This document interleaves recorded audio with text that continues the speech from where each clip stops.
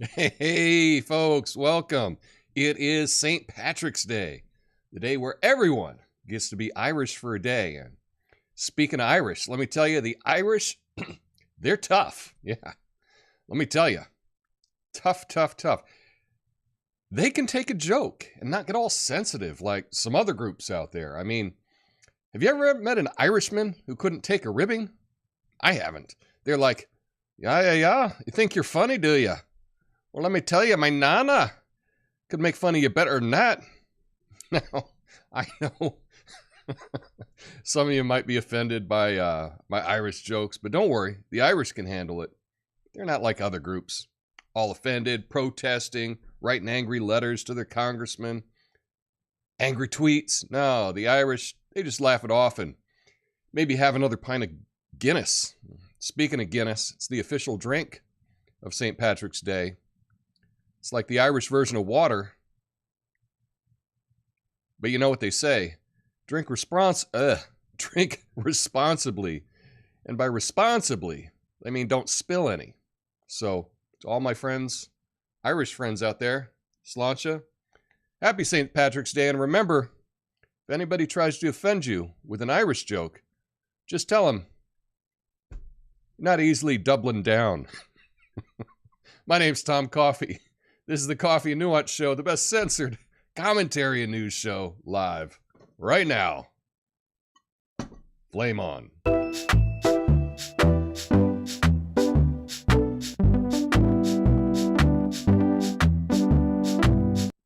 Hey, thanks for joining me, everyone. So glad to see everyone here on this March 17th, St. Patrick's Day. Got your green on. You don't want to get pinched. That's for sure. Not an Irish coffee, just a regular coffee. That'll come later. Still early. But today we got a lot of good stories to get to. I do want to talk about a fact check that was done right, done correctly. That was by Newsweek. Talk about the internet in the jungles of Brazil. It's an issue there. $100,000 doesn't take you as far as it used to, especially depending on where you live. El Salvador is furthering their crackdown, and that's very, very interesting. We got someone, speaking of doubling down, Pence doubling down on his joke that he made about Mayor Pete.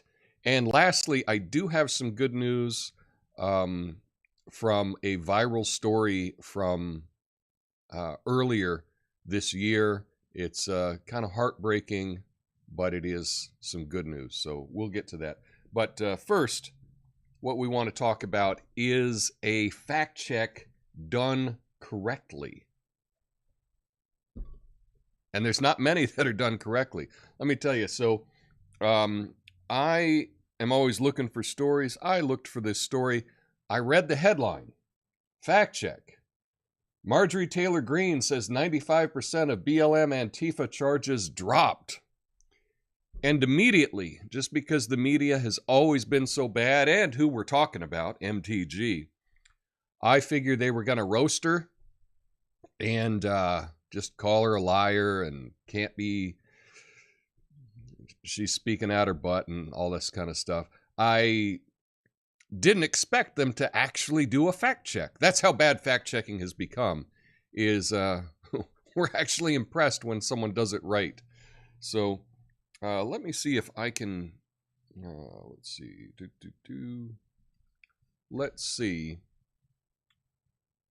if I can pull this up. Here we go. So let's go through this article.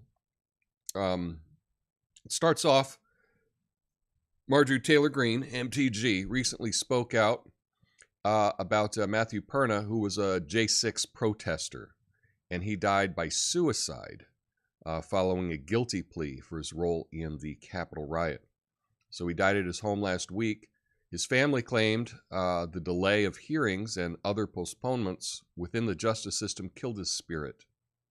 And that's really sad. Greene, who had appeared with Perna's family, subsequently attempted to draw a comparison between the response to those who were charged after J6 with protests that followed the George Floyd murder in 2020. A tweet. Now this is where Newsweek does it right, folks. This is where they do it right. That right here on the screen they have the claim. You always want to make sure what you have the claim, and then you have the facts, and then you have your conclusion, right? So the claim, a tweet posted by MTG on March 12th, has been viewed more than 1.1 million times, claimed that over 95% of Antifa and BLM rioters charges were dropped. Greene tweeted, Matthew Perna committed suicide because of the extreme persecution he was undergoing by our own government. All he did was walk through open doors, but over 95% of Antifa and BLM rioters' charges were dropped. I will not vote to fund a two-tiered justice system. And I think that we can probably all agree that we shouldn't have a two-tiered justice system.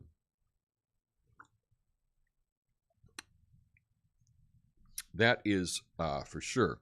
Now, let's look at the facts. And again, this is how it's done correctly. I am so shocked. I am really shocked that Newsweek actually did this right. That doesn't mean that they will do all their fact checks right, but this one they did. Greene's latest claim attempts to create a parallel between a number of protesters arrested and charged in one day on January 6th versus the many protesters that took part in rioting and action across the U.S. in 2020 and beyond. There's some truth to what Greene says here. Since rioting took place in 2020, following the death of George Floyd, a large number of charges against the protesters have been dropped.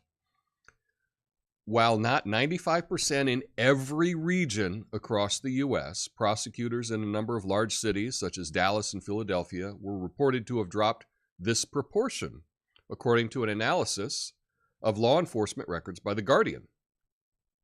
So we have to count on foreign journalists to actually do some journalism in this country, I guess.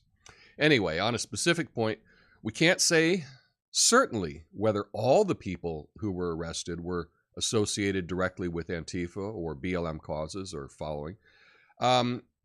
Police do not typically collect such data on arrests of individuals. That said, whether the numbers of those charged were dropped came to 95% or slightly lower, the spirit of what Greene is saying here is broadly correct, i.e., that the overwhelming majority of those charged in these protests have been dropped. While it's inaccurate to imply it was, quote, over 95% across the U.S., there's sufficient evidence to support her argument in broad terms. Now, this is the important part. When you are judging the veracity of someone's claim, you need to be generous in your understanding of what they're saying, okay? So if they literally say one thing, but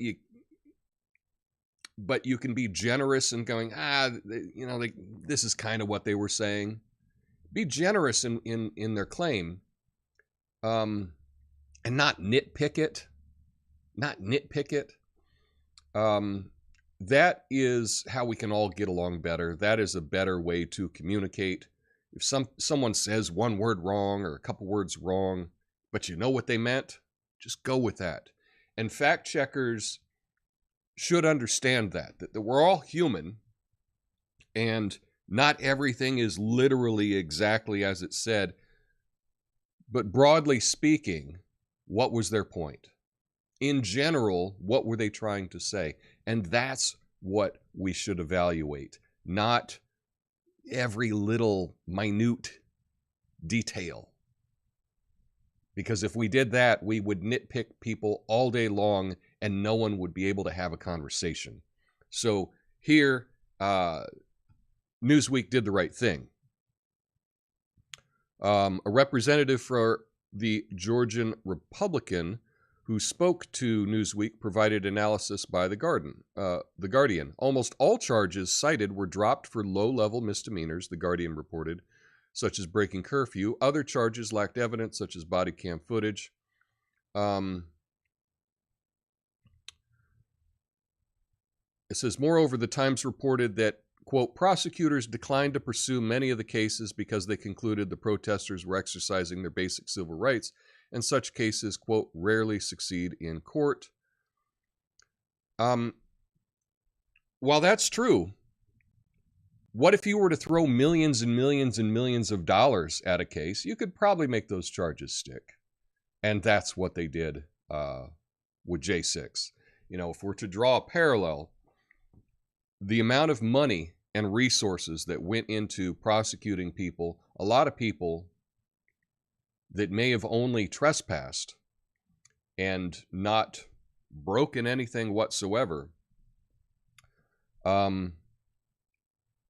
is quite incredible. And I think that that is the distinction that MTG is trying to draw. You have these two events which are, that many people would consider similar. Not all. Hashtag not all, right? But in this case, many are similar, and it appears that there is unequal justice. And that was the claim that she was calling out about the protesters. Over 95%. It's funny, when I saw this article, I immediately thought they were going to say the opposite. And I was ready to jump in with all my data from Portland, because we had 100 nights in a row of riots here in Portland. It was terrible. So bad so that people I know left the city. They moved. They're like, screw it. I can't live in the city anymore. That's how bad it was here. And we've got a real, you know, an interesting district attorney. Might have been funded by some far left people with a global point of view, and just let everybody out. Didn't prosecute anybody. And when I say anybody, I mean almost everybody. I mean, there was a couple people. I guess if you're caught on camera with a Molotov cocktail, you know, smashing it onto federal property, I guess you got to charge them. But outside of that, boy, everybody got off the hook here in Portland. So I was really ready to jump in with these stats, but I'm shocked. Newsweek came through with some actual fact checking. Their ruling is they say it needs context, which is fair. It says Marjorie Taylor Greene is broadly speaking correct in saying that an overwhelming majority, even if not 95% across the U.S., of protesters arrested at demonstrations following George Floyd's death had charges dropped. This is often, okay, and by comparison, January 6 investigators were aided by troves of documentary evidence because the incident was so well covered by many cameras across a relatively small area. Now, while that may be true, that's misleading. What Newsweek is doing here is misleading. There are so many videos of the protests that happened here in Portland. There are multiple camera angles, multiple live streams every night.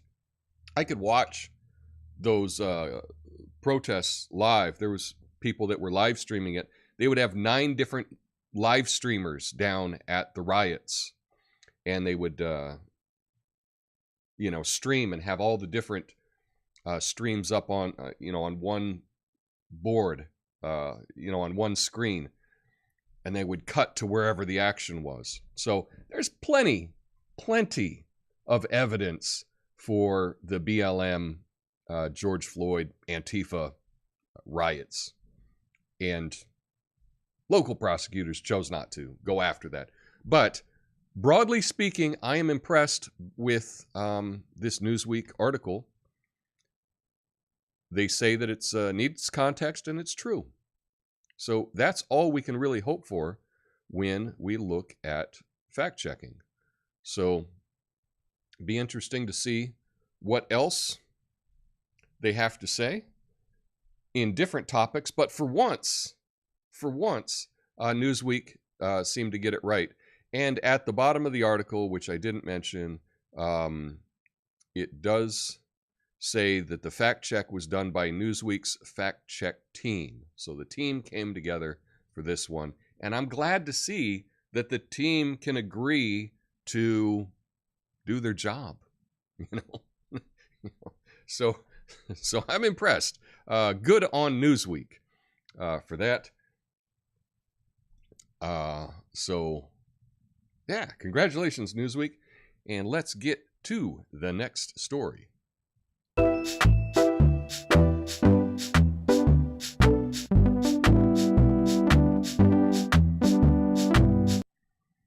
All right. Federal agents, in Brazil, seized a Starlink internet kit at an illegal mining site in the Amazon rainforest. The kit was discovered next to a pit along with mercury, gold, ammunition, and other equipment used by miners in an area controlled by Brazil's most feared criminal organization. Starlink has become a valuable tool for Brazil's illegal miners, providing a reliable service for coordinating logistics, receiving advance warning of law enforcement raids, and making payments without flying back to the city. The company's low-orbit satellites have connected people in remote corners of the Amazon and provided a crucial advantage to Ukrainian forces on the battlefield. Starlink has viewed the Amazon as an opportunity to and has begun providing high-speed internet in remote areas. So let's just look at the framing of this article. Okay, Starlink is providing internet to places that internet is not possible. And the angle for this AP article is, and it's being used by criminals. So Elon Musk, bad. Yeah, that's the angle that at least the headline for this.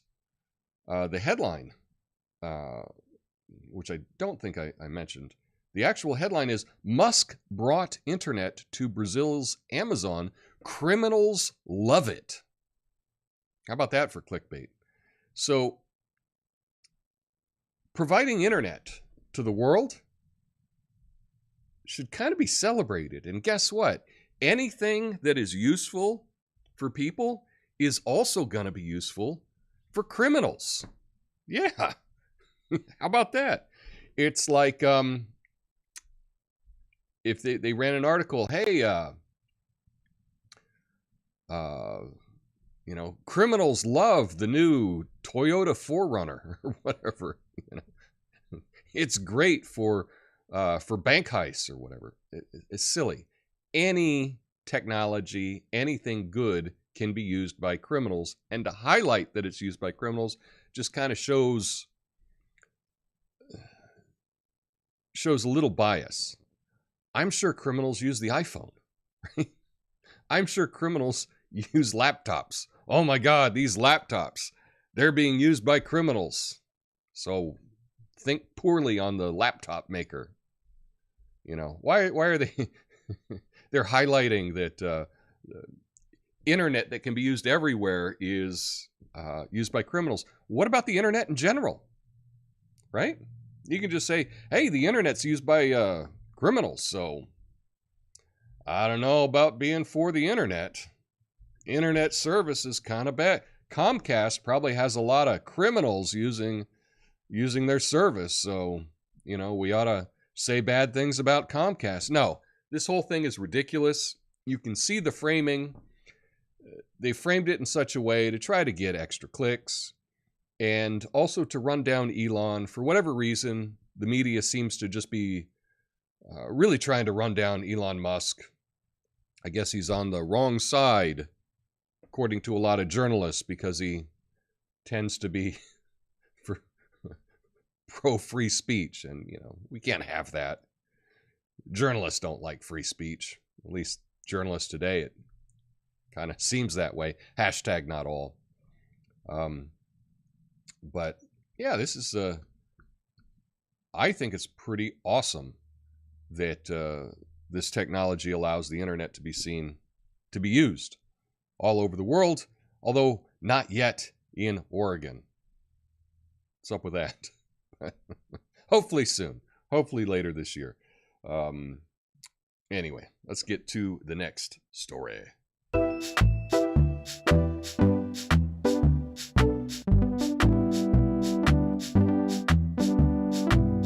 All right. Well, according to an analysis by a personal finance website, Smart Asset, a six-figure salary in some of the most expensive cities in the U.S., such as New York, San Francisco, Honolulu, only offer the same quality of life as someone earning 36 grand elsewhere in the country. The analysis used a paycheck calculator to remove taxes from a $100,000 salary and adjusted the remainder based on each city's relative cost of living. Memphis, Tennessee was found to offer the best value for a six-figure salary due to its low cost of living, while New York ranked last in affordability. California also featured heavily on the least affordable list. So if you look here up in the corner, we got this little chart, and Portland turns out I think it's the 11th most expensive city in the country to live in. Yeah, that's not that ain't good. That's not. And it's funny, when I moved here 20 years ago, I moved here because this was the cheapest city on the West Coast. It still may be, but it was a really cheap place to live. Portland was very inexpensive. Lots of artists were moving here because you didn't need a whole lot of money. Musicians and that type were all moving to Portland. You know, Portlandia, like pre-Portlandia. They were all moving here because it was so affordable. And now, not so much. Not so much at all. So $100,000 is not what it used to be. And believe me, I know. Just that's why I'm making my coffee at home. Just a black coffee out now, a lot of places is $4 or $5, which is insane. But I think we're feeling this all around the country. Some places are more expensive than others, and perhaps that's a reason to relocate. I've been considering that myself. Have you been thinking about moving somewhere more affordable or less affordable for that reason? Let me know in the comments. And now we'll get on to something a little crazy.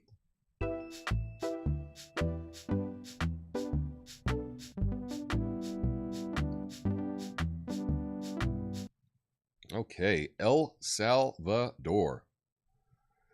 Their Congress has passed an extension, I can read, to the suspension of some constitutional rights in the country's fight against gangs, allowing for arrests without warrants, government access to private communications, and detentions without the right to a lawyer. The emergency powers have been extended every month since last March. While it is popular among Salvadorans, human rights groups have criticized it for arbitrary arrest, torture, and death of prisoners in custody. Extortion cases have decreased since its implementation, and the country's gone 215 days without a reported murder. Yeah. El Salvador has the highest incarceration rate in the world and opened a 40,000 person prison last month to alleviate overpopulation. So I don't know if you've seen these pictures or this video, but they just went out and picked up everybody with gang tattoos. They just rolled through the barrios and picked up anybody with gang tattoos and brought them all in, shaved everybody's head. These pictures are really unbelievable. You can just look up some video on it. It's crazy. And I understand if it is things are rough. Things are rough there in El Salvador, and you got to do something to fix it. And, there is a balancing act between, having a trial and being innocent till proven guilty. That's all fine and well But I'm not going to be an absolutist when things get to an emergency point. Now, that doesn't mean that I think that the government should just enact emergencies so that they can control people. That's what they did here with the lockdowns. I thought that was over the top authoritarian. I'm not for that. I suspect that one of the reasons that this may be happening is there's been a lot of Bitcoin. Bitcoin is legal tender in El Salvador, and there has been a lot of, big money, crypto people trying to work with El Salvador to help the country, and also to establish a place that you could use Bitcoin everywhere. And the president there is very pro-Bitcoin, and actually gave Bitcoin wallets to every citizen. And so if you have all this money coming in from a foreign source, it does have an effect. And probably, I'm just speculating here, but probably a lot of that is, hey, you got to deal with all these gangs, right? All us Bitcoin people would love to come down here and buy, little villas or apartments or something like that in El Salvador to support this Bitcoin utopia idea. But you got to do something with these gangs. These gangs are terrible, and they're taking it seriously. They're locking them all up. And to go 215 days without a murder, well, that's pretty good. Here in Portland, I don't think we've gone, 3 days without a murder. Yeah. So I wish I could choose people to lock up as well.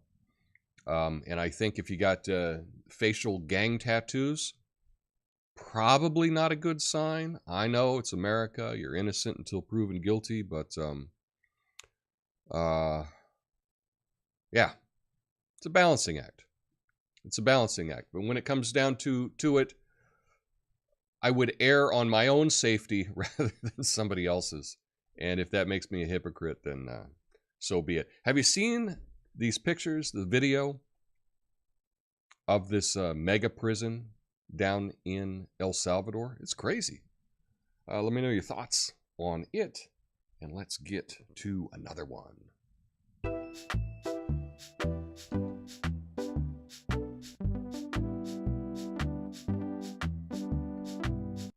Okay, this was funny. This was actually funny. Here's the story. Chasten Buttigieg, Pete's husband, the husband of Transportation Secretary Pete Buttigieg. I always have a hard time with his name. I'll get it eventually. Has said that he's not heard from former Vice President Mike Pence after he made a joke about the couple's family. Pence had mocked Buttigieg for taking maternity leave after adopting twins. Chasten Buttigieg called the remarks part of a trend attacking families and said he would continue to hold people accountable for misogynistic and homophobic comments. Pence defended his comments Thursday night. And here's the kicker. Pence said, "The gridiron dinner is a roast. I had a lot of jokes directed at me. I directed a lot of jokes to Republicans and Democrats," he told reporters. "The only thing I can figure is Pete Buttigieg not only can't do his job, but he can't take a joke." Mic drop. And that was the interesting thing, Chasten went on Good Morning America, I believe, or The View, one of those shows with a bunch of women, and was just whining about how this was homophobic and misogynistic and just the worst of the worst. This was at a roast. Now, probably probably 2023, if you're in politics, I don't know. The world can't take jokes anymore. We should probably do away with roasts. But the reporting on this story, you need to make it clear, and not in the 8th paragraph. You need to make it clear at the very top. Chasten unhappy with roast joke or something like that. Because if you just heard, if it's framed as he made a homophobic joke, well, that doesn't sound good at all. But if you hear it in context, that he made a joke at a roast, you go, oh, okay. It was at a roast. Now, again, I don't really understand roasts. I know what they are, but I don't know. I personally, I think they're kind of dumb. Not really my sense of humor, but a roast is different. The context of a roast is important, and any reporting of this story should have that it is a roast right there in the first sentence. And if it doesn't, they're trying to mislead you. They are not good reporters. This isn't journalism if they say that it was a roast in paragraph 8. That should be paragraph 1. This was a roast, and he was making a joke at a roast, and he did make jokes about a lot of different people. So maybe you got a problem with the joke, maybe you don't, but the reporting on it has just been terrible. And there was no pushback from Good Morning America or The View or whatever it was. They were just, oh, that's terrible. Oh, Mike Pence, what a homophobic, misogynistic racist, right? Or something like that. Anyway, that is the important part of the story, at least to me. It was a roast, dude. Get over it. And I don't know, but if you're just to speak on that, he took 2 months off, and he was secretary treasurer. 2 months to me is too long to take off for whatever reason. You got a husband who can be with the kids that are in the hospital or whatever. You're secretary of transportation. I think 2 months is too much for an important job like that. And if you're not able to do it, hand it off to somebody else. Because that's a very, very important job. And we can see, all the problems that have happened with transportation under his watch, that it really is an important job to do. But, again, I don't know. It's a tough one. It's a tough one for me because for whatever reason, I just really don't like the fact that people don't report how much that Pete Buttigieg, about his past and how he worked with intelligence prior to becoming a politician. I think that that's a very important part of someone's resume, and it never seems to be brought up. I kind of think he should be referred to as CIA Pete or something like that. And so that's why I got my own issue with Pete Buttigieg. And he doesn't seem to be doing a very good job as Secretary of Transportation. But that's just me as an outsider looking in. What do you think? Let me know in the comments. And now, let's get to some good news. Oops.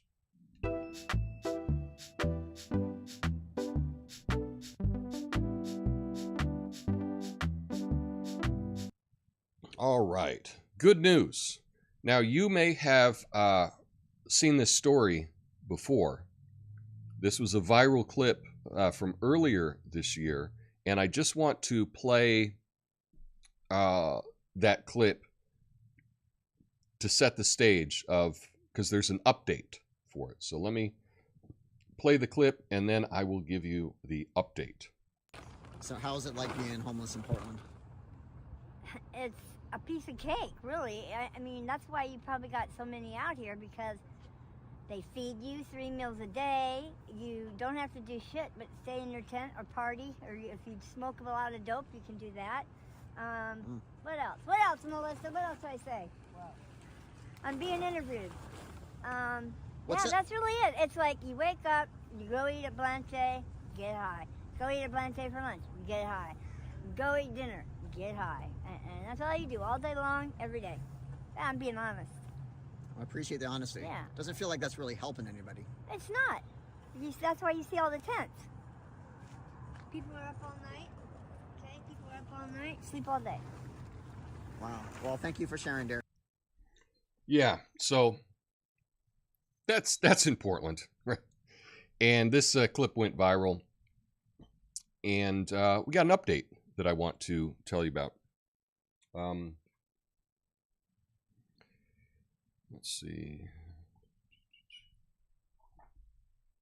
Okay, and the update is a woman named Wendy, who was homeless, lost touch with her family, was reconnected with her siblings after they saw a viral video of her describing life on the streets of Portland. Wendy's siblings flew to Portland to find her and helped her into a detox program after she expressed her desire to go home and get off the streets. They stressed the importance of family involvement in achieving long-term solutions for the homeless.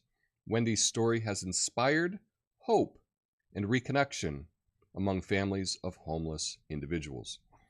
And I found this really heartwarming. It is a little tough for me sometimes, because I am so close to this homeless issue, and I've had people living in front of my house, and people using my yard as a restroom. People coming into my yard, sitting on the bench in front of my house to shoot up. I've kind of run out of patience for the drug-addled homeless around me. But this story did make me feel something. It was nice.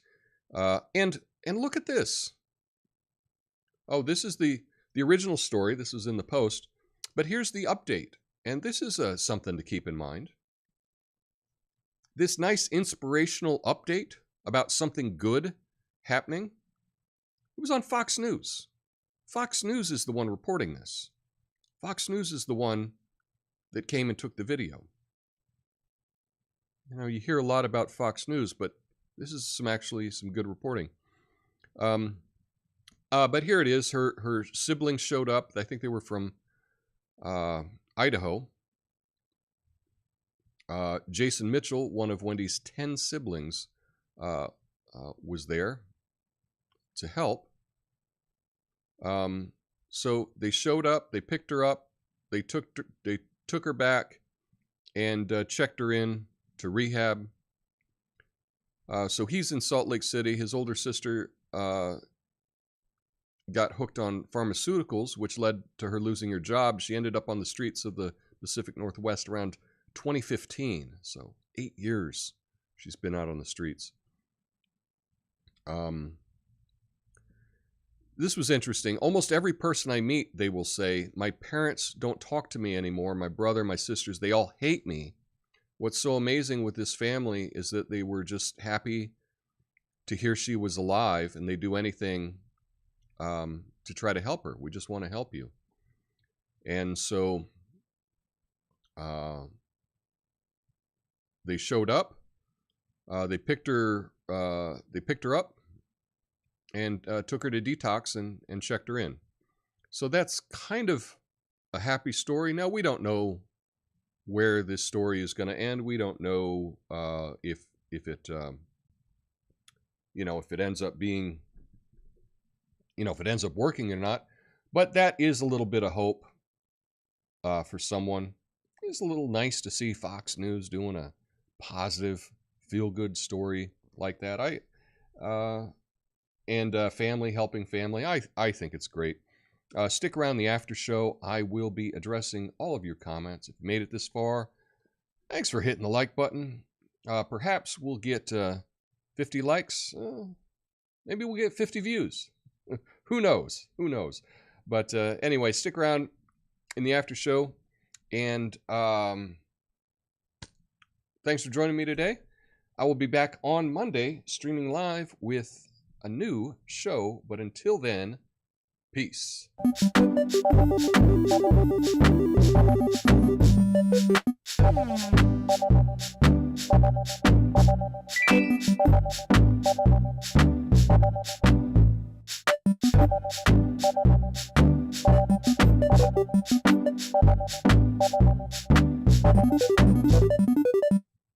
All right.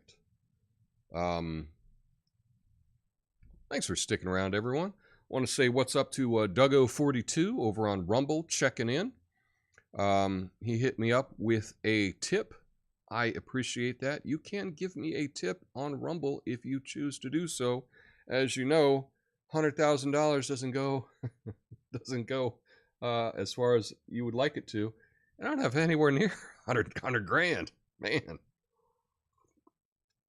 But I am appreciative of that. Rev68, Rumble checking in. He says they didn't even charge a small fraction of the Antifa people they should have. I agree. There really should have been a lot more charges, especially I think any violence should be charged and any property damage should be charged. I don't want to let that off the hook.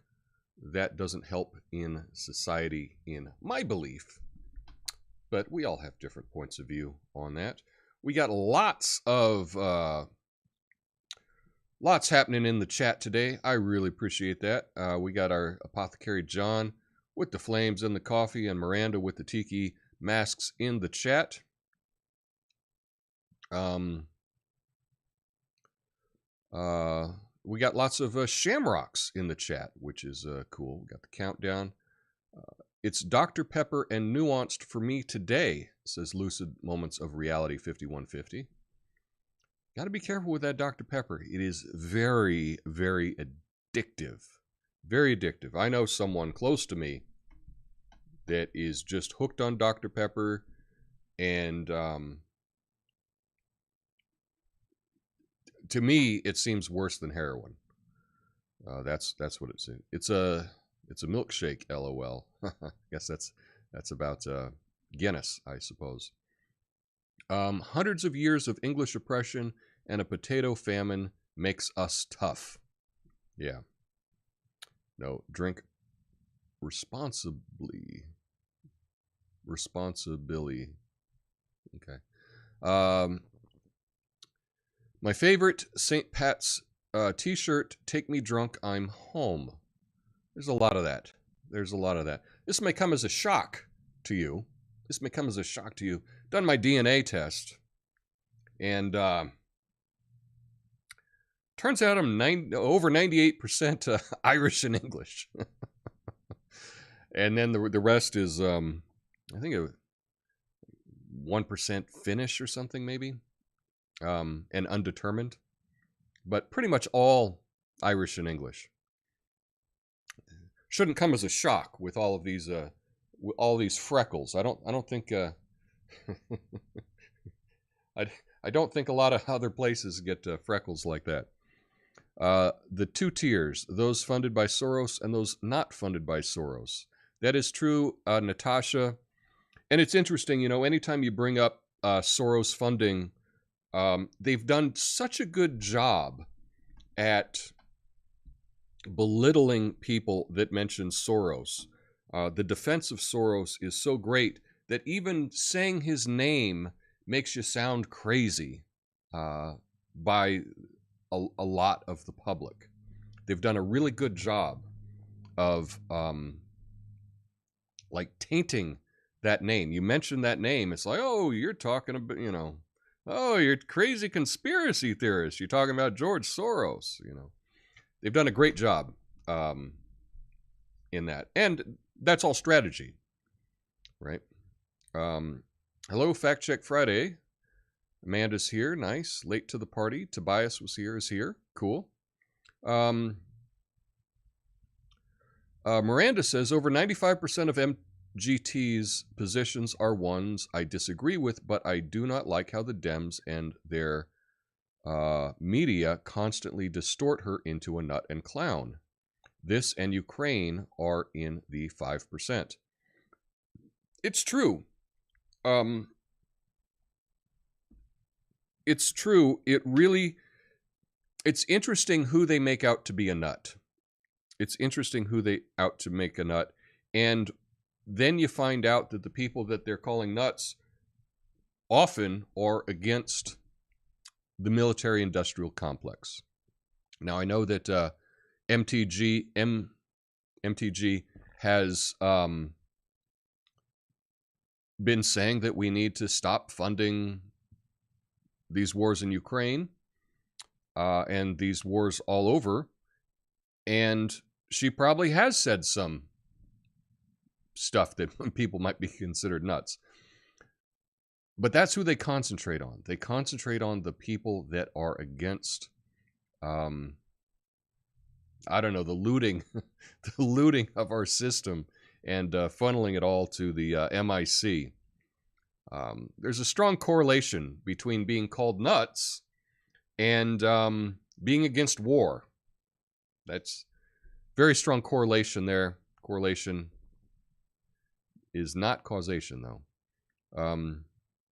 Jody has some hearts in the chat. That's nice. AT&T brought telephones to Chicago and criminals loved it. Yes, that's a good example. Yeah, criminals love these telephones. Oh, yeah. Yeah, everybody loves internet, and the framing of that story was just kind of ridiculous. Tobias was here, says, criminals love shoes and socks. You do the math. And, you know, I can see the New York Times doing that article, I'm sure. Uh-oh. I bet criminals love toilet paper, too. They may. They may love toilet paper. Seattle is pretty expensive, too, says Miranda. Yes, Seattle may be more expensive than Portland. At least it has been for a long time. Always make my own coffee. Dumb to drive to get it, in my opinion. Plus, I need it before driving, LOL. And that's the Erie Ferry. Oh, yeah. I can't limit myself to 1 cup a day. I still get my coffee for $1, says Mr. X. $1 plus tax. Well, I got to know where you are, Mr. X, because $1, that is a great price. We don't have sales tax here in Portland, but we got a lot of other taxes. Tom, I can't believe you stayed in Seattle this long through all of it. Oh, I'm not in Seattle. I'm in Portland. And there's a reason that I'm not leaving, but I'll have to see if they can turn this place around or not. But yeah, we'll see. We'll see. That picture makes me uncomfortable. That's probably the picture of the prison. Yeah, it was tough. A picture of a blue-haired woman all crowded together would be interesting. Badges. We don't need no stinking badges. I know that reference. Pete Buttigieg is a joke. I think a lot of people might agree with that. Pete takes... never mind. If you always do the flame on, Tom, is every video a roast? Ah, I never thought of that. But perhaps. No coffee roasts. LOL. I like that. That's a good play on words there. A dry roast is nice. Natasha says, an adopting mom can build up a milk supply for breastfeeding. It does take time, and yeah, that won't happen with an adopting dad.